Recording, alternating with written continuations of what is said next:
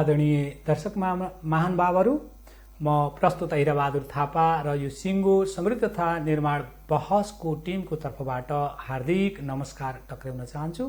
सधैँ जसो गरी आज हामीले यो प्रत्येक बिहीबार जुन हाम्रो समृद्धि तथा निर्माण बहस सञ्चालन गर्ने कुरा यहाँहरूलाई जानकारी नै छ र आज पनि हामी त्यही सिलसिलामा एकजना यस्तो अतिथि लिएर यहाँहरू माझ उपस्थित भएका छौँ र उक्त अतिथिले नेपालको समृद्धि र विकाससँग जोडिएको जुन रेल मार्ग हो त्यो रेल मार्गको अहिलेको अवस्था के छ र त्यसको निर्माण कार्य कसरी गइरहेको छ, सम्भावना के छ र कहाँ कहाँ यसको चाहिँ लिङ्क गर्न सकिन्छ, यी सबै कुराहरू कम्तीमा पनि प्रत्यक्ष त्योसँग सरोकार राख्ने र लामो समय त्यही रेल विभागमा उहाँ चाहिँ नि एउटा सिनियर डिभिजन इन्जिनियरको रूपमा कार्यरत व्यक्तित्व हाम्रो माझ आइदिनु भएको छ र उहाँ मार्फत नेपालको चाहिँ रेलको अवस्था के हो पक्कै पनि जानकारी आउला, हामीले यो विश्वास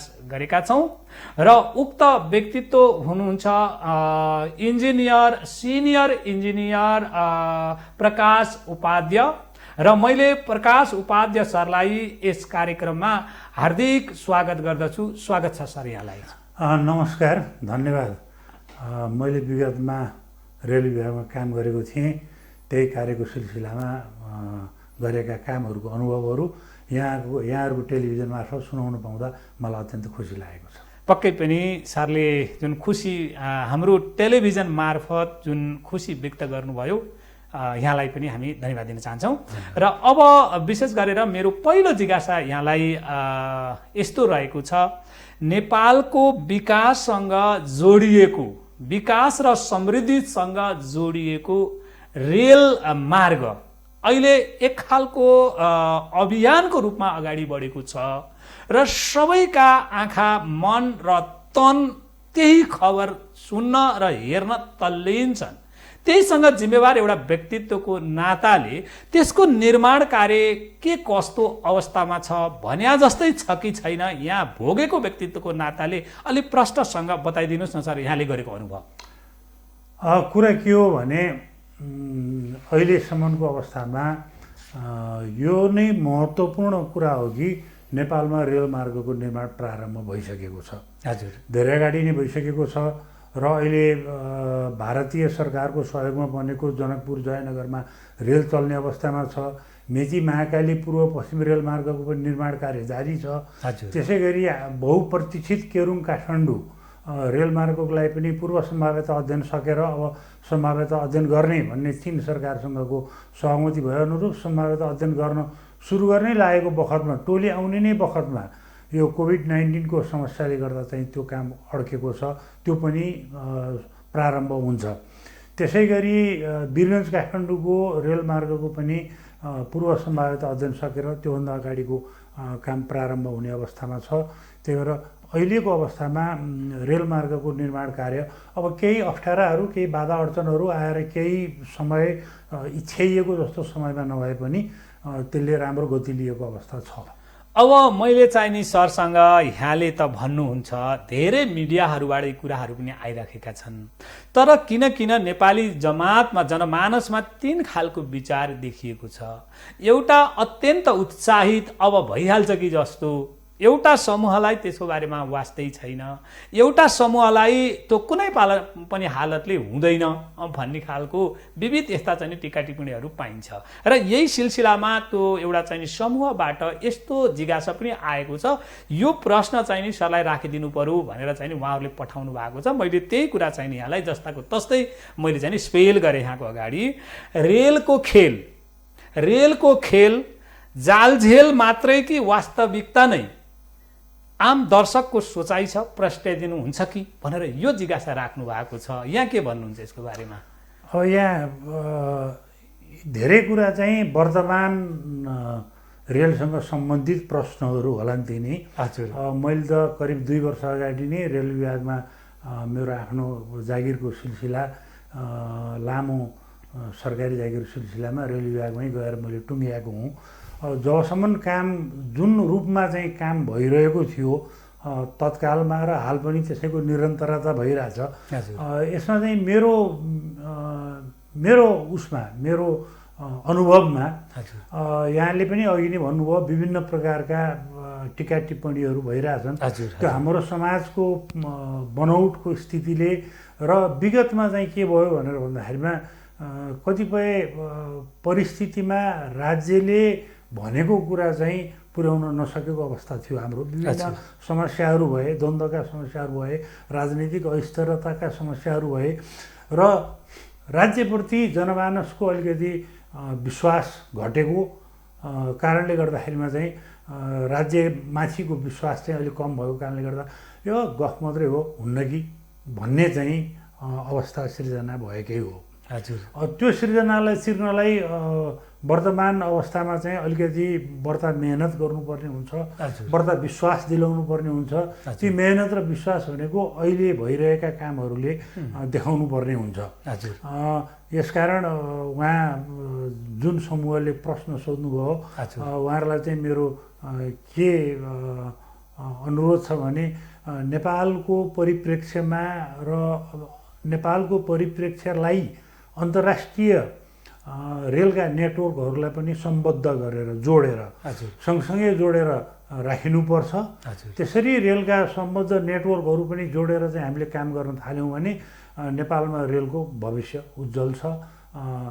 सक्दो सहयोग गर्नुहोला राज्यलाई र सरकारलाई। रेल चाहिँ हाम्रो लागि आवश्यक छ, जसले चाहिँ हाम्रा वास्तविक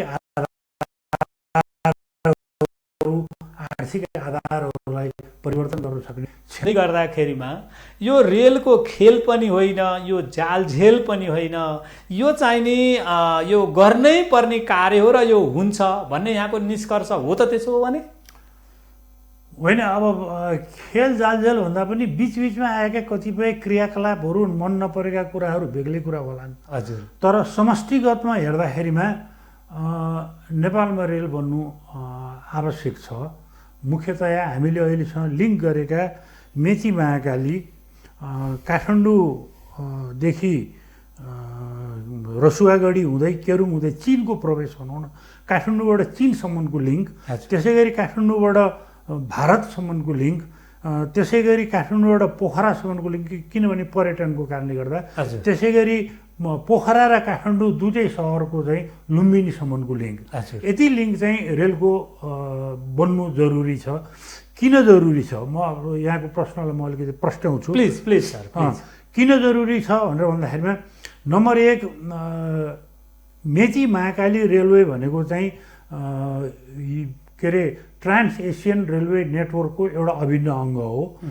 त्यो अङ्ग भएकोले गर्दाखेरिमा चाहिँ त्यसमा चाहिँ नेपालका मात्रै ट्राफिक नउडेर, नेपालका मात्रै ट्राफिक रेल ट्राफिक नेपालको मात्रै नहिँडेर यसको ट्रान्स एसियन रेलवे नेटवर्कको चाहिँ 3टा युरोप र एसिया जोड्ने 3टा मुख्य प्रमुख लिङ्क मध्येको दक्षिणी लिङ्कमा यो पर्छ। उत्तर रसियामा पर्छ, मध्य चीन र मस्कोको बिचको रेलवे लाइन हो र यो दक्षिणमा हुन्छ। यसको उद्गम बिन्दु हङकङ र सिङ्गापुर हो। तिनीहरू हङकङ जस्तो सिङ्गापुरबाट मलेसिया, थाइल्यान्ड, बर्मा हुँदै बङ्गलादेश आइपुग्छ। हङकङबाट पनि भियतनाम, चीन हुँदै चाहिँ बङ्गलादेश आइपुग्छ। बङ्गलादेशमा मिसिएर हाम्रो पूर्वी नाकाबाट छिरेर पश्चिमी नाकाबाट निक्लँदै पाकिस्तान, अफगानिस्तान, इरान, टर्की हुँदै चाहिँ यो स्पेनसम्म पुग्ने रेलवे लाइन हो। यसकारण हामी सिङ्गापुरदेखिका र यी सबै बिचका मुलुकहरूलाई चाहिँ रेल यातायातको लिङ्क दिनको लागि हाम्रो मेची महाकालीको अत्यन्त जरुरी छ। नम्बर 1। हजुर। नम्बर 2 केरुङ काठमाडौँ र निजगढदेखि वीरगञ्ज काठमाडौँको हाम्रो निजगढ मेची महाकालीको निजगढदेखि काठमाडौँ हुँदै केरुङ जोड्यौँ भने, रसुवागढी हुँदै केरुङ जोड्यौँ भने केरुङबाट चीनका सम्पूर्ण भूभाग हुँदै यो मध्य जुन मैले अघि भनेको थिएँ उत्तरी रेलवे लाइन र एसिया र युरोप जोड्ने उत्तरी रेलवे लाइन र मध्य रेलवे लाइनको बिचमा लिङ्क हुन्छ। यति लिङ्क बनेपछि हाम्रा एसियाका मुलुकहरूका र युरोपका मुलुकहरू सबै, एसिया र युरोपका सबै मुलुकमा नेपालबाट रेलबाट नै सामान र मानिसहरू आते जाते गर्न सकिन्छ। हामीले कुनै हवाई जहाजको प्रयोग नगरिकन रेलबाट नै युरोप जाउँ, रेलबाट नै हामी भियतनाम जाउँ, रेलबाट नै हामी दक्षिण कोरिया जाउँ, रेलबाट नै हामी रसिया जाउँ, रेलबाट नै हामी अरू मुलुकहरूमा जाउँ भन्ने हो भने हामी त्यो सबै यातायातको साधन त्यो लिङ्केज चाहिँ नि हाम्रो त्यसरी जान्छ। त्यो लिङ्केज हामीले प्राप्त गर्छौँ। हजुर हजुर हामी प्राप्त गर्छौँ। हामी त्यस्तो सौभाग्यशाली ठाउँमा हाम्रो लोकेसन छ। हजुर जस्तो निजगढबाट काठमाडौँ हुँदै वीरगन्जबाट निजगढ हुँदै काठमाडौँ आएर केरुङ हुँदै चीन प्रवेश गऱ्यौँ भने भारतले चाहिँ चीनसँगको व्यापारलाई हाम्रो रेलमार्ग हुँदै जाँदा उसले 2500 किलोमिटर रेलको दूरी कम तय गर्नुपर्छ। हजुर यो कारणले गर्दा हामी त्यस्तो सौभाग्यशाली ठाउँमा हाम्रो मुलुकको लोकेट भएको छ, जसले गर्दा हामीले यसबाट भविष्यमा विविध फाइदाहरू लिन सक्छौँ। अब सरको त अब सरले भन्दै गर्दा त सर यति आशावादी र ढुक्क जस्तो तरिकाले यहाँले चाहिँ नि देखेकै जस्तो तरिकाले टक्कै भनिदिनु भएको छ। अब यसको यथार्थ त अब यहाँले जति बुझ्नु भएको छ अब हामीले त्यसरी बुझेका छैनौँ र विश्वास गर्ने हो। अब मैले चाहिँ नि अलिकति यो त्यहाँको त्यो आन्तरिक कुराहरूसँग यहाँ एउटा जानकार व्यक्तित्वको नाताले म यतातिर प्रवेश गरेँ सर। त्यो भनेको के भने नीतिगत अस्पष्टता अथवा स्पष्टता बिना नै ठेक्का प्रक्रिया अगाडि बढ्नुलाई यहाँ के भन्नुहुन्छ? कतै यो कार्य असफल के अरे यो रेल यात्रा असफल भओस् भन्ने कुनै कोणबाट आएको त होइन? यस्तो खालको जिज्ञासा मैले अलिकति टिप्पणीयुक्त जिज्ञासा राखेँ यहाँसँग। अब मलाई यसबारेमा म त त्यसमा मतलब मेरो इन्भल्भमेन्ट मेरो संलग्नता नभएको भएर यसको बारेमा त्यति भन्न सक्ने त म अवस्थामा छैन। तर बुझाइ त छ नि यहाँसँग। तर मेरो बुझाइमा के हो भने साथीहरू अलि हौसिनु भयो कि हजुर हजुर है अलि हौसिएर ल ठोकिहालौँ गरिहालौँ चाँडो गरौँ भन्नेमा चाहिँ अलिकति हौसिनु भयो कि त्यही कारणले गर्दा नीतिगत अस्पष्टता हुँदाहुँदै पनि उहाँहरूले भ्याइहालिन्छ गरिहालौँ भन्नेमा लाग्नुभयो कि भन्ने चाहिँ मेरो त्यो आफ्नो मूल्याङ्कन हो। तर गर्नुपर्ने कुरा के थियो भने उहाँहरूले अलिकति मुआब्जाहरू क्लियर नभइकन कार्यस्थलको ठाउँहरू क्लियर नभइकन नगरेको भए हुन्थ्यो। तर अहिले त रद्द पनि गरिसक्नुभयो, त्यही कारण देखाएर रद्द गर्नुभयो। र त्योभन्दा बाहेकको अर्को कुरा के थियो भने हाम्रो अहिले जयनगरबाट जनकपुर हुँदै बर्दिवाससम्म चाहिँ भारत सरकारको सहयोगमा बनाइदिएको रेलको निर्माण कार्य भइरहेछ। हजुर अनि हामीले चाहिँ बर्दिवासबाट पश्चिमतिर निर्माण गरिरहेछौँ, जुन चाहिँ करिब निजगढसम्मको लागि चाहिँ निर्माण कार्यको ठेक्का व्यवस्था भइरहेछ। त्यो निर्माण कार्य कहाँको भएको छ भन्दाखेरिमा मेची महाकालीमा जहाँनिर रेलको लिक बस्ने हो, जुन रेलका जुन फलामे डन्डी बस्ने हो, जुनमा चाहिँ रेल कुद्छ त्यो नै रेल हो अङ्ग्रेजीमा। त्यो लिकलाई नै रेल भन्ने हो, बडीलाई होइन त्यो लिक चाहिँ रेल हो। अनि बडी त रेलगाडी भयो। हजुर हजुर त्यो रेल राखिएको मार्ग भएको भएर रेल मार्ग भनेको त्यो लिक राख्ने भन्दा तलको कामको चाहिँ ठेक्कापट्टा भएको छ। अहिलेको अवस्थामा चाहिँ के हुन्छ भनेर भन्दामा अब राज्य चाहिँ को लगानी गरेपछि हामीले प्रतिफल चाहन्छौँ, पक्कै पनि होइन प्रतिफल चाहन्छौँ। अब धनी मुलुकहरूको चाहिँ उनीहरूसँग धेरै पैसा होला, स्टकमा बसेको पैसा, उनीहरूले चाहिँ 100 वर्ष पछाडि प्रतिफल पाइने कुरालाई पनि इन्भेस्ट गरिदिन्छन्, अहिले लगानी गर्ला। हामी गरिब मुलुक हौँ, हामीसँग थोरै पैसा हुन्छ। जस्तो ठुलो साहुले चाहिँ ठुलो इन्डस्ट्रीमा लगानी गर्छ, उसको चाहिँ त्यो इन्डस्ट्रीको प्रतिफल चाहिँ 20 वर्षपछि आउन सक्छ, होइन? अब सानो पसलेले आज बिहान लगानी गर्यो भने बेलुका प्रतिफल पाउने गरी लगानी गर्छ। त्यही भएर हामी साना पसले जस्ता हौँ, हामीले प्रतिफल चाहिँ चाँडो आशा गर्नु स्वाभाविक हो। त्यही भएर बर्दिवासदेखि निजगढसम्मको रेलको लिकभन्दा तलको कामको ठेक्कापट्टा भइसकेको छ, कतिपय खण्डमा सम्पन्न पनि भइसकेको भएपछि हामीले त्यही माथि रेल राखेर बिजुलीका काम, स्टेसन बनाउने काम, सिग्नलिङहरूको कामहरू गरेर चाहिँ त्यसलाई चाँडो सञ्चालन गरेर त्यो प्रतिफल चाँडो लिनुतिर हजुर लागेको भए त्यो अझ उपयुक्त हुन्थ्यो। ए त्यो भएको भए चाहिँ हामी त्यति साह्रो यो विवाद पनि हुँदैन थियो, हजुर त्यो सही बाटो हुन्थ्यो। हजुर। र उतातिरको मुआवजाहरू क्लियर गर्ने काम गर्दै गर्ने, हजुर। जति क्लियर हुँदै गयो त्यति गर्दै जाने।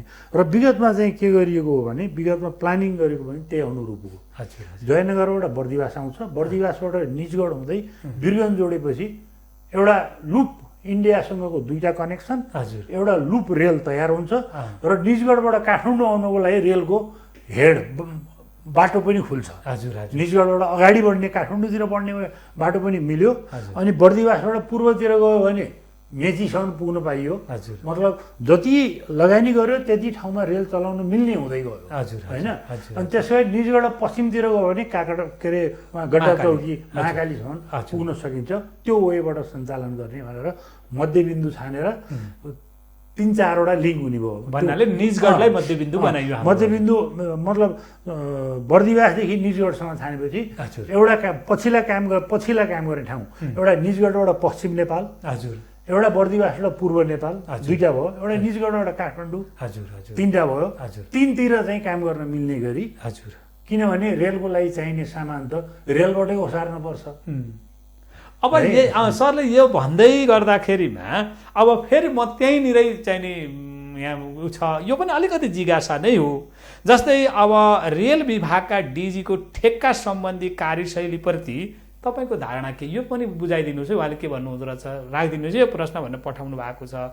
कमिसनको खेलका कारण यो अवस्था आएको हो भनिन्छ नि, वास्तविकता यहाँले कसरी बुझ्नु भएको छ भनेर सोधिदिनुहोस् त भन्नुभएको थियो के मलाई।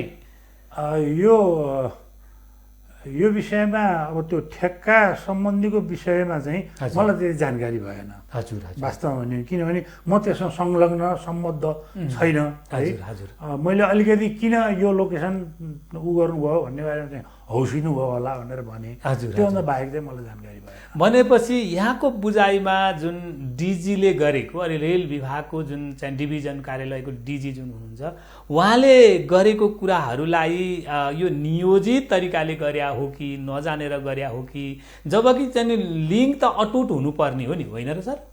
हो, लिङ्क अटुट हुनुपर्ने हो होइन। अटुट लिङ्कबाट गरेको भए राम्रो हुन्थ्यो। सायद उहाँले पछि बुझ्नुभयो, त्यही कारणले चाहिँ ठेक्का अहिले रद्द गरिदिनु भयो।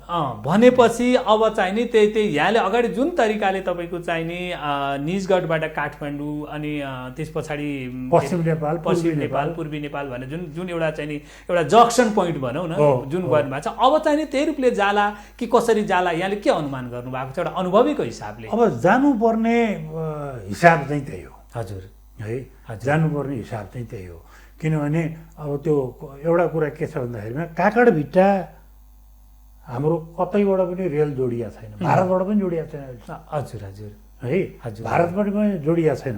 काकडभिट्टाबाट बर्दी के अरे यहाँ इनरुवासम्म बनायो भने त हजुर अधकल्चो हुन्छ क्या, त्यो कतैबाट पनि लिङ्क छैन। त्यही इनरुवाका मान्छे काकडभिट्टासँग जान पर्यो भने मात्रै हो। नत्र भने रेल भनेको मैले अघि यहाँलाई हामी नेटवर्कमा प्रवेश गरेका छौँ, हामी मध्यबिन्दुमा छौँ भनेर भनेको छु। हजुर हाम्रो मात्रै ट्राफिक र हाम्रो मात्रै सरसामान विद्यमान अहिले हामी जति सामानको ओहोर दोहोर गराउँछौँ, जति सामान बोकाउँछौँ रेललाई, अहिले हामी जति मान्छेका ट्राफिक बोकाउँछौँ रेललाई, त्यतिले मात्रै हाम्रो रेल सञ्चालन हुन सक्दैन। हजुर हजुर हजुर त्यतिलाई मात्रै आश गरेर हामी रेल बनाउने हो भने यो नबनाउँदा हुन्छ, यो चाहिँ सेतो हात्ती हुन्छ।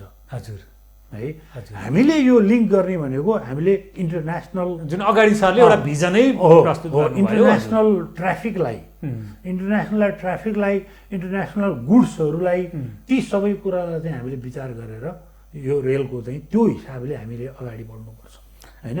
त्यो नीतिबाट जाने बेलामा अहिले कतैबाट पनि नजोडिएको ठाउँमा लगेर सुरुवात गर्दा त अलिकति नमजा नै लाग्यो। त्यो गर्दाखेरिमा साथीहरूले सायद बुझ्नु भएन होला, सुरुवात गर्दा पछि उहाँहरूले बुझ्नुभयो। नेपाल इन्जिनियर्स एसोसिएसन, म यसैको विषयमा पनि मैले एउटा जिज्ञासा राख्न पनि बाँकी छ, त्यसमा अलिक विस्तृत त्यता जाउँला। अब मैले अर्को जिज्ञासा, किनभने यहाँ एउटा विज्ञ हुनुहुन्छ, रेल सम्बन्धी एउटा विज्ञ हुनुहुन्छ र एउटा विज्ञको नाताले मैले यहाँसँग के जिज्ञासा राखेँ भने जमिन बनोटको पूर्वाधार का हिसाबले रेल मार्गको सम्भावनाका बारेमा यहाँको बुझाइ के छ? हाम्रो जमिन कतिको उपयुक्त छ, के छ, त्यसलाई चाहिँ नि कसरी एक खालको भनौँ न पुनर्निर्माण गरेर फेरि प्रयोगमा ल्याउनुपर्छ अथवा सिधै गर्न मिल्ने अथवा के हुन्छ त्यसको बारेमा पनि जमिनको पूर्वाधार अब हाम्रो भूबनौट हाम्रो भूबनौटको आधारले अघि मैले 5-6वटा लिङ्क भने हजुर त्योभन्दा बाहेक हजुर चाहिँ अन्यत्र ठाउँमा रेल बनाउनलाई निकै कठिन भूबनौट छ होइन। जति हामीले मेची महाकाली गऱ्यौँ, मेची महाकालीमा पनि यहाँ हेटौँडा र चुरेमा एक ठाउँमा, त्यसपछि हाम्रो यो दाउन्नेको चुरेमा एक ठाउँमा, त्यसपछि उता सुराई नाकाको चुरेमा 2 ठाउँमा गरेर 5-7 ठाउँमा चाहिँ हाम्रो टनेल लामा टनेलहरू बनाउनु पर्ने अवस्था आउँछ होइन। नत्र भने तराईको जुन अहिले हामीले तय गरेको जुन रेखाङ्कन छ त्यो रेखाङ्कनको हिसाबले भूबनौटमा त्यति धेरै समस्या छैन। तर समस्या नभएको भन्ने चाहिँ होइन। कतिपय ठाउँमा पुलहरू बनाउँदाखेरिमा माथि पहाडबाट खोलाले बगाएर लिएर आएको गेग्रानहरूले हाम्रा तराईको समथर भाग बनेको हो। ती गेग्रानहरूमा भित्र कोही पकेट बनेर पानी बसेको छ। त्यो पानीले गर्ने अप्ठ्यारोहरू, त्यसलाई आर्टिजन भनिन्छ, ती अप्ठ्याराहरू छन्। ती खोलाले बगाएर लिएर आएको त्यो गेग्रानहरूको चाहिँ आफ्नै चाहिँ भार वहन गर्न सक्ने क्षमता कम भएको ती समस्याहरू छन्, नभएका होइनन्। तर ती समस्याहरू चाहिँ त्यति ठुला समस्या होइनन्। त्यसलाई चाहिँ इन्जिनियरिङ तरिकाबाट त समाधान गर्न सकिन्छ। त्यही भएर हामीलाई अहिले जति लिङ्क प्रस्ताव गरिएको छ तिनीहरू बनाउन चाहिँ त्यति ठुलो समस्या छैन। अब मैले अर्को यहाँसँग चाहिने अर्को जिज्ञासा पनि मैले लिएर आउँदैछु, किनभने हाम्रो छलफल आज रेलसँगै जडित छ यो। र किन पनि छ भने यहाँ एकजना चाहिने सिनियर इन्जिनियर हुनुहुन्थ्यो रेल डिभिजन कार्यालयको। र अब यहाँसँग अर्को जिज्ञासा मेरो के छ भनेदेखि चीनको रेल जुन आउने चर्चा मात्रै कि वास्तविकता पनि, यो पनि एउटा जिज्ञासा पठाउनु भएको छ साथीहरूले। अनि भूबनौटले साथ दिन्छ त, खर्चको एस्टिमेट चाहिने कस्तो छ नि भन्ने खाले यो पनि क्लियर बनाउन लाउनुहोस् है उहाँ जतिको व्यक्तित्व आउँदाखेरिमा। चीनको रेल चाहिँ चीनको रेल नभनौँ। यहाँ हामी कहाँ चाहिँ भारतको रेल चीनको रेल भनेर भन्ने हाम्रै रेल हुन त बोली वचन छ, त्यसलाई चाहिँ हामीले निकाल्नुपर्छ। किनभने नेपालको भूभागमा बन्ने सबै रेलमार्गहरू नेपालको हो। यो कुरा हामी स्पष्ट हौँ। सहयोग हामी अरू कुनै मुलुकको लिन सक्छौँ, त्यो बेग्लै कुरो। चीनबाट जस्तो केरुङबाट ल्याइने भनेको रेल चाहिँ के हो भनेर भन्दाखेरिमा यसमा चाहिँ अति जटिल भूभागबाट ल्याइने हो। जटिलता छ, जटिलता नभएको होइन। विपद जटिलता छन्, थुप्रै जटिलताहरू छन्। अब यो सबै जटिलताहरूको बारेमा यहाँ छलफल गर्न थाल्यो भने सायद समयको पाबन्दी होइन। जटिलता छन्। हामीले चीन सरकारसँगको विभिन्न चरणका वार्ताहरूमा प्राविधिकहरूको आते जाते उहाँबाट यता आउने हामी यहाँबाट उता जाने गरेर चाहिँ यो बारेमा छलफलहरू गर्दाखेरिमा चीनका विज्ञहरूले चाहिँ के निष्कर्षमा पुग्नु भएको हो भने विभिन्न जटिलताहरू छन्, तर जटिलताका बावजुद पनि रेलमार्ग चाहिँ केरुङ हुँदै काठमाडौँ चाहिँ प्रवेश गराउन सकिन्छ। र अघि मैले भनेको युरोप र एसिया जोड्ने 3टा मुख्य करिडोर मध्ये मध्य करिडोर जुन साङ्घाईबाट मस्कोसम्म जाने करिडोर छ, त्यो करिडोर र दक्षिणी करिडोर जुन यो चाहिँ हङकङ सिङ्गापुरदेखि युरोपसम्म जाने करिडोर छ, यो 2टा करिडोरमा चाहिँ यो 2200 किलोमिटर चाहिँ लम्बाइको हिन्दुकुश श्रृङ्खला, पर्वतीय श्रृङ्खलामा चाहिँ 2टा करिडोर जोड्न सक्ने मध्येको एउटा महत्त्वपूर्ण र बिचमा पर्ने बिचमा पर्ने लिङ्क चाहिँ केरुङ काठमाडौँ नै हो। कुनै पनि तवरले हामीले नबनाए हाम्रा छोराछोरी, हाम्रा नाति नातिना, पनाति पनेतानाले पनि यो रेलमार्ग बनाउँछन् नै। हजुर हजुर हजुर भनेर यहाँलाई यति आत्मविश्वास छ बनाउँछन् नै हजुर त्यो नबनाई सुखै छैन हजुर हजुर है त्यो बनाएपछि त्यो नबनाई सुखै छैन त्यो बनाउँछन् महँगोको कुरा गर्नुभयो करिब 3 खरब हजुर 2 अरब 57 करोड जति हो प्रति किलोमिटर हजुर करिब 3 खरब जति हुन्छ 2 अरब 3 खरब जति हुन्छ हजुर त्यो पैसा लगानी गर्न नसक्ने भन्ने नेपाल सरकार पनि छैन हजुर त्यो पैसा चाहिँ विभिन्न मोडालिटीमा चीन सरकारबाट लिन सकिन्छ हजुर र अर्को सुनौलो मौका के हो भने हजुर हजुर प्लिज सर हामीले अहिले बनाउन लागेको हाम्रो नेपालको भागमा पर्ने हजुर रसुवागढीदेखि काठमाडौँसम्म 72 किलोमिटर हजुर रसुवागढीसँग चिनको ट्रान्स तिब्बतीयन रेलवे लाइन छ हजुर जुन चाहिँ लासाबाट पश्चिम आउँदैछ त्यो चाहिँ हाम्रो उहाँ मानसरोवरबाट पनि अझै पश्चिम जान्छ चिनले आफ्नो मुलुकको लागि बनाउन लाग्यो लासाबाट सिगासेसम्म रेल चलिसकेको छ सिगासेभन्दा पश्चिम पनि यो प्याकेजसँग सँगसँगै चीन सरकारको त्यो योजना छ होइन अब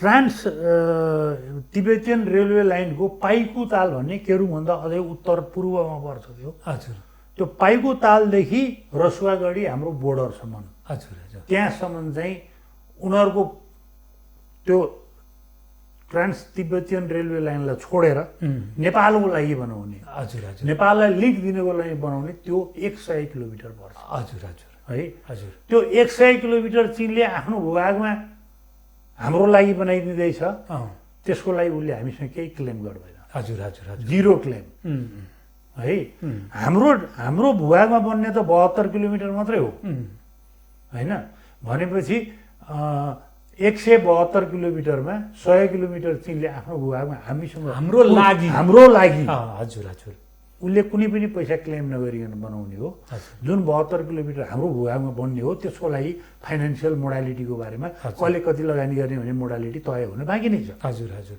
भन्नाले 72 किलोमिटरको लागि 72 किलोमिटरको लागि हजुर हजुर त्यो 100 किलोमिटरको लागि त हामीलाई हजुर त्यतिकै लिङ्क दिनको लागि बनाइदिने यो हाम्रो सुनौला मौका हजुर हजुर होइन 100 किलोमिटर त हामीलाई त्यतिकै आएको भन्नुपर्छ हामीले प्रयोग गर्न पाउँछौँ प्रयोग हाम्रो लागि मात्रै हुन्छ भनेपछि त यसो भन्दै गर्दा त्यसकारण यो लिङ्क चाहिँ हाम्रो लागि जरुरी छ जरुरी विभिन्न कारणले छ है नेटवर्कको कुराले पनि भने तिनीसँगको बजारको कुराले भने हामीले अहिले प्लानिङ गर्दाखेरिमा चाहिँ हामी अहिले कुन अवस्थामा छौँ भनेर प्लानिङ गर्ने होइन हामी 10 वर्ष पछाडि कुन अवस्थामा पुग्छौँ भनेर प्लानिङ गर्ने हामी यथास्थितिमा रहन्छौँ भनेर प्लानिङ गर्ने होइन हजुर हामीले औद्योगिक विकास गर्छौँ हामीले खानीहरूको उत्खनन गर्छौँ हाम्रा निर्यातजन्य सामानहरू हुन्छन् हामी आधुनिक कृषि प्रणाली अपनाउँछौँ हामी विद्युतीकरणमा यति अगाडि हुन्छौँ कि हाम्रा जति मेगावाट उत्पादन हुनुपर्ने बिजुली छन् ती सबै उत्पादन गर्छौँ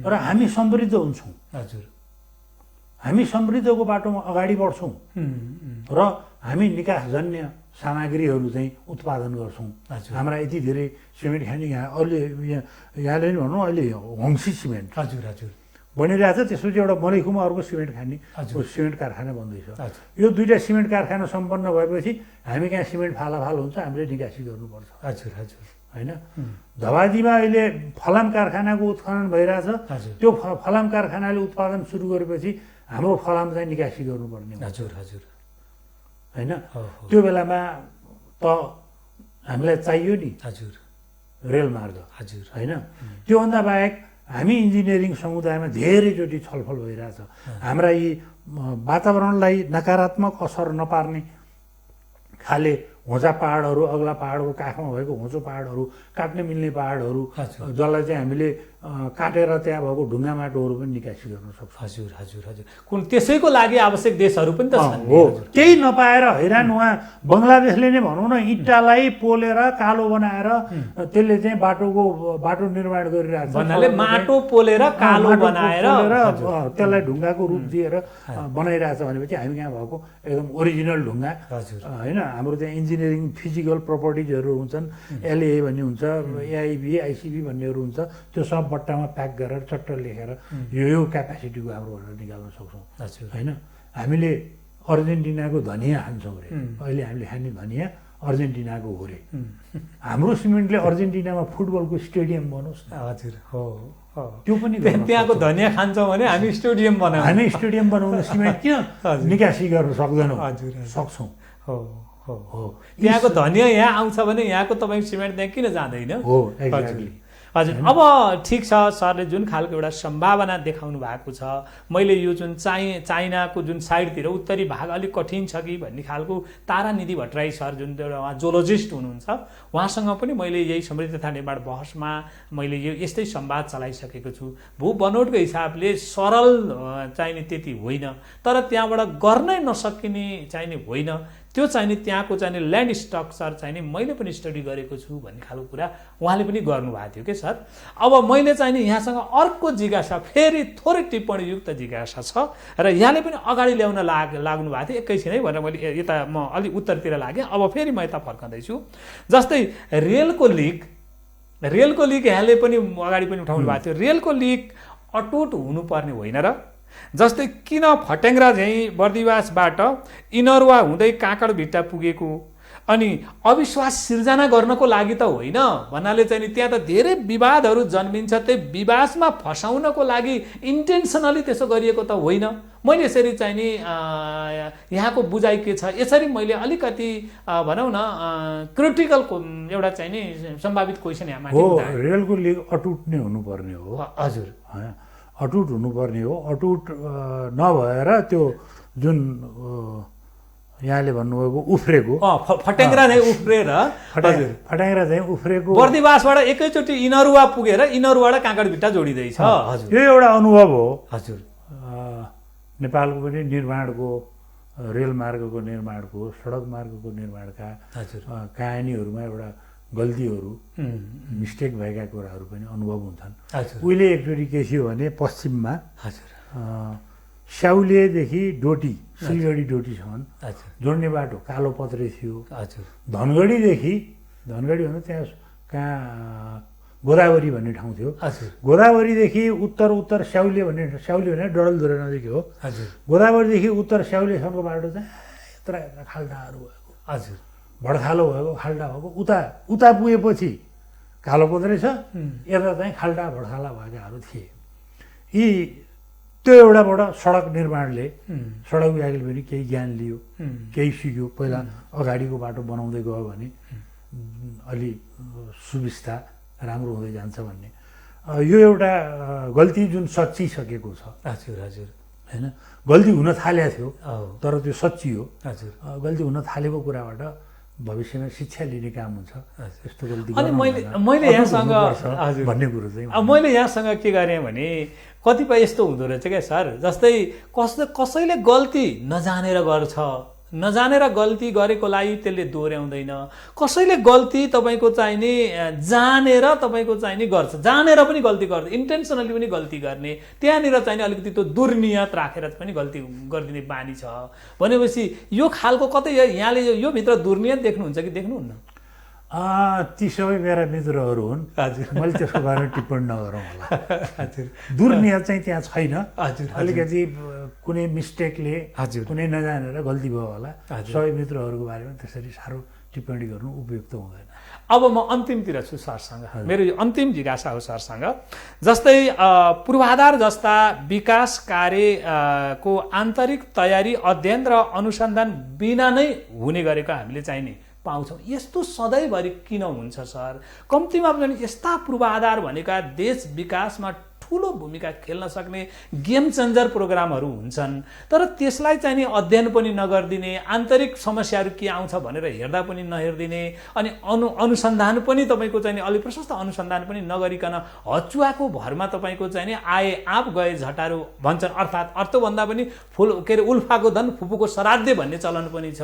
कता राष्ट्रको सम्पत्तिलाई उल्फाको धन फुपूको श्राद्धे गर्न मिल्छ कि मिल्दैन, यहाँले भनिदिनुहोस् न सर। वास्तवमा यो के हो भने हाम्रो गल्ती कहाँनिर छ भनेर भन्दाखेरिमा हाम्रो गल्ती चाहिँ जब एउटा कुनै कामको लागि एउटा मान्छेलाई खटाएपछि त्यो नै सबै जान्ने सर्वेसर्वा उही हुनु पर्यो। एउटा कुनै रेल विभागमा कुनै एउटा मान्छेलाई रेल महानिर्देशकदेखि लिएर जसलाई खटाए पनि उसले त्यो मेकानिकल इन्जिनियरिङको काम पनि उसैले जानेको हुनुपर्ने, सिभिल इन्जिनियरिङ काम पनि उसैले जानेको हुनुपर्ने, ब्रिजको स्ट्रक्चरल इन्जिनियरको जानिफकार पनि उही हो, सबै उही गर्ने। एउटा प्रोजेक्ट जस्तो कुनै प्रोजेक्ट गर्यो, कुनै सडकका प्रोजेक्ट भन्नुहोस्, एउटा प्रोजेक्ट बनायो भने एउटा प्रोजेक्ट म्यानेजर भनेर पठाएपछि सम्पूर्ण जान्ने उही हुनुपर्ने। यो चाहिँ हाम्रो बेसिक आधारमा प्रोजेक्ट जुन बेलामा फर्मुलेसन गरिन्छ, जुन बेलामा प्रोजेक्ट बनाइन्छ, त्यो बेलामा प्रोजेक्ट बनाउँदाखेरिमा गरिएका गल्तीहरू भनेपछि यो मोडल अब चेन्ज हुनुपर्छ। प्रोजेक्ट बनाउने मोडलै चेन्ज हुनु पर्यो। हजुर, जस्तो हामीले कुनै एउटा प्रोजेक्ट बनायौँ, कुनै पनि प्रोजेक्ट होइन, सिभिल इन्जिनियरिङ सम्बन्धीको प्रोजेक्ट कुनै पनि प्रोजेक्ट बनायौँ भने त्यो प्रोजेक्टका कम्पोनेन्टहरू के हुन् त पहिला थाहा पाउनु पर्यो होइन। जस्तो त्यहाँ सामाजिक कार्य गर्नुपर्छ कि पर्दैन, वातावरणीय कार्य गर्नुपर्छ पर्दैन, त्यहाँ स्ट्रक्चरल इन्जिनियरिङको काम गर्नुपर्छ कि पर्दैन, त्यहाँ भू बनौट तथा भूशाखा होइन, भूप्रयोग भू बनौटदेखि लिएर आन्तरिक जियो टेक्निकल कामहरू गर्नुपर्छ कि पर्दैन, त्यहाँ चाहिँ मेकानिकल कामहरू गर्नुपर्छ कि पर्दैन, परेपछि गर्नुपर्ने काम सबै कामहरूका शाखाहरू हुनु पर्यो, युनिटहरू हुनु पर्यो। ती युनिटहरूले आफ्नो युनिटले एउटा काम आफ्नो काम गर्नु पर्यो होइन। यहाँ अघि मैले भने जस्तो प्रोजेक्ट म्यानेजर दिएपछि सबै जान्ने हो होइन, महानिर्देशक निर्धारण गरिदिएपछि सबै जान्ने महानिर्देशकै भन्ने गरी चाहिँ प्रोजेक्ट फर्मुलेसन हुनु हुँदैन। जुन कुरो अहिले भइरहेछ यो सबै गल्ती छ। भनेपछि त्यो त त्यही व्यक्तिले चाहिँ त्यो खालको परिस्थिति सिर्जना गरेको हुनसक्छ नि, होइन सर? कि मोडालिटी नै त्यही हो? हाम्रो मोडालिटी नै त्यही भयो। हामीले मोडालिटी नै परिवर्तन भनेपछि हाम्रो मोडालिटी नै रङ छ। मोडालिटी नै परिवर्तन गर्नु। हजुर हजुर, मोडालिटी नै परिवर्तन गर्नुपर्छ होइन। भन्नाले डेभलपमेन्ट मोडालिटी हामीले चाहिने अलिकति डेभलपमेन्ट मोडालिटी त त्यो अर्को फेरि पाटो भयो। हजुर हजुर, कुनै प्रोजेक्टको फर्मुलेसन गर्दा हजुर कुनै प्रोजेक्टमा कस्ता कम्पोनेन्टहरू छन्, कुन कम्पोनेन्टका विज्ञहरू कसरी राख्ने भनेर राखिनु। भनेपछि एउटै व्यक्ति सर्वा हुन सक्दैन, एउटै व्यक्तिको गेन सबै गेन एउटा व्यक्तिमा हुन सक्दैन। हजुर होइन, त्यो नभएपछि के भयो भनेर भन्दाखेरिमा हाबी भयो। हजुर हजुर, व्यक्ति हाबी भयो हजुर। र व्यक्तिलाई एउटा व्यक्तिलाई मात्रै अर्को पक्षले कन्भिन्स पनि गर्न सक्छ। पक्कै पनि होइन, त्यहाँ राजनीति हाबी पनि हुनसक्छ। त्यस्तो अवस्था पऱ्यो भने अर्को पक्ष त्यो व्यक्तिलाई कन्भिन्स गर्नलाई अर्को पक्ष पनि हाबी हुनसक्छ। एउटा व्यक्ति भएपछि त हाबी हुन्छ, संस्थागत भएपछि हाबी हुँदैन। हजुर हजुर, व्यक्तिगत भएपछि हाबी हुनसक्छ होइन। त्यो किसिमले हाबी हुँदाखेरिमा चाहिँ गल्ती धेरै हुनसक्छ। पक्कै पनि संस्थागत निर्णयहरू हुन थाल्यो भने गल्ती कम हुँदै जान्छ। व्यक्तिगत निर्णय हुन थाल्यो र एउटै व्यक्तिलाई नजानेको कुरा पनि जाने आशास तैँले भन्यो भने त उसले गरेको निर्णय त अवश्य नै हो। भन्नाले होइन, विज्ञले त ल तपाईँ हाकिम भएर सबै कुरा जाने छु जस्तो गर्ने भने हेरौँला नि त रिजल्ट के आउँदो रहेछ भनेर पनि त अर्को मान्छेले त यसो हेरेर पनि त बस्ती नै हुनुभयो नि त। सिप प्रयोग गर्ने भन्दा पनि चेक एन्ड ब्यालेन्स हुने भयो, छलफल हुने भयो, आन्तरिक छलफल हुने भयो। हो, त्यो आवश्यक पनि हो फेरि, जुन आवश्यक पनि हो। जस्तो अहिलेकै कुरामा गरौँ न हामी, जस्तो जग्गाको अधिकरणको बारेमा आन्तरिक छलफल भएन होला, भ्याइहालिन्छ 15 दिनमा भ्याइहालिन्छ भन्ने भयो होला। त्यहाँ के समस्या छन् भन्ने कुरो छुट्यो होइन। कति समस्या छन्, ती समस्याहरूको बिचमा गर्न भ्याइन्छ भनेको काम भ्याइएन होइन। सामाजिक कुराहरू कति छन्, वातावरणीय कुराहरू कति छन्, ती सबै कुरा चाहिँ एउटा व्यक्तिले विचार गर्दाखेरिमा चाहिँ ती कुराहरू छुटे होइन र काम भइएन। भने यो खालको चाहिने सोच भनौँ, यो खालको प्रोजेक्टमा चेन्ज आउनुपर्छ। हुन्छ सरलाई धेरै धेरै धन्यवाद। अब मैले फेरि के गर्दैछु भने जस्तै यो निर्माण तथा समृद्धि तथा निर्माण बहसको सुरुवात हामीले गरेका छौँ र यो छुट्टै खालको हामीले यसरी नै समृद्धि ल्याउनको लागि निर्माण कार्यसँग सम्बन्धित जुन व्यक्तित्वहरू हुनुहुन्छ हो त्यस्तो व्यक्तित्वहरूको भिजन हामीले निरन्तर यो कार्यक्रमबाट प्रसारण गर्ने हाम्रो मुख्य उद्देश्य रहेको छ। सरले यो कार्यक्रमलाई कस्तो खालको चाहिने एउटा सुझाव दिँदै सर जान चाहनुहुन्छ? यस्ता कार्यहरू अत्यन्तै जरुरी छ। हजुर म एकजना आएर बोल्ने भन्दा पनि हजुर यो छलफल चाहिँ 5-7 जनाको बिचमा हुनु जरुरी छ। मैले अघि पनि ग्रुपमा काम गर्नुपर्छ भनेर भन्यौँ। अस्ति यही रेल विभागकै ठेक्का प्रकरणमा पनि Nepal engineers association, Bagmati association, हाम्रो केन्द्रीय एसोसिएसनले वेबिनार गर्यो। त्यहाँ 150-200 जना इन्जिनियरहरूले चाहिँ यसमा भाग लिए। लाइभ पनि भयो। 5-7 जना चाहिँ प्यानलिस्ट नै हुनुहुन्थ्यो। 15 जनाको बिचमा व्यापक छलफल भयो। छलफल भएर चाहिँ यो तरिका अहिले जुन भइरहेछ यो ठिक भएन भन्ने कुरो त्यहाँको निष्कर्ष पनि आयो। त्यसले पनि अहिले यो ठेक्का रद्द गर्नमा केही सहयोग गर्यो होला होइन। यो किसिमको कार्य चाहिँ हुनु जरुरी छ। हामी चाहिँ त्यही मैले अघि भने जस्तो सर्वे सर्वा एउटाले नगरौँ। पक्कै पनि हजुर होइन, सर्वे सर्वा एउटाले नगरौँ। सरको सुझावलाई मनन गर्दै यहाँ आइदिनु भयो, धेरै धेरै धन्यवाद दिन चाहन्छु। र पुनः यस्तो आवश्यकता महसुस भयो भने हामीले यहाँलाई निमन्त्रणा गर्नेछौँ र हाम्रो निमन्त्रणालाई यहाँले अन्यथा नठानिदिनको लागि हार्दिक अनुरोध साथ आदरणीय दर्शक महानुभावहरू, आजको यो समृद्धता निर्माण बहस यहाँहरूलाई कस्तो लाग्यो? आज यस कार्यक्रममा हाम्रो प्रकाश उपाध्याय सर आउनुभएको थियो। उहाँ चाहिँ नि सिनियर डिभिजन इन्जिनियर रेल विभागको हुनुहुन्थ्यो र उहाँ पूर्व लगभग केही दिन अगाडि मात्रै उहाँ निवृत्त हुनुभएको हो र उहाँका जुन भावनाहरू यहाँहरूलाई कस्तो लाग्यो र सुझाव दिनको लागि हार्दिक अनुरोध गर्दै र हामीलाई सुझाव लेख्नको लागि हाम्रो युट्युब ठेगाना हो। यहाँहरू युट्युबमा गएर एमटिभी नेपाल 4K सर्च गर्नुभयो भनेदेखि यहाँले चाहिँ हाम्रो युट्युबलाई भेट्नुहुनेछ। त्यसलाई सब्सक्राइब गर्दै सुझाव दिनको लागि हार्दिक अनुरोधका साथ म यहाँहरूबाट बिदा हुनुभन्दा अगाडि सबैजना सुखी खुसी स्वस्थ र शान्त रहनुहोस् र यो अहिले पनि फेरि यो कोरोना भाइरस अझै पनि सेटल डाउन भइसकेको अवस्था छैन। अझै यसको वृद्धि अथवा विस्तार एकदम बढ्दो गतिमा हुँदैछ र त्यसमा सबैजना सचेत हुँदै आफ्नो दिनचर्या चलाउनको लागि अनुरोधका साथ फेरि यस्तै कार्यक्रममा पुनः भेट हुने बाचा गर्दै अहिलेलाई बिदा हुन्छु। हस्त नमस्ते।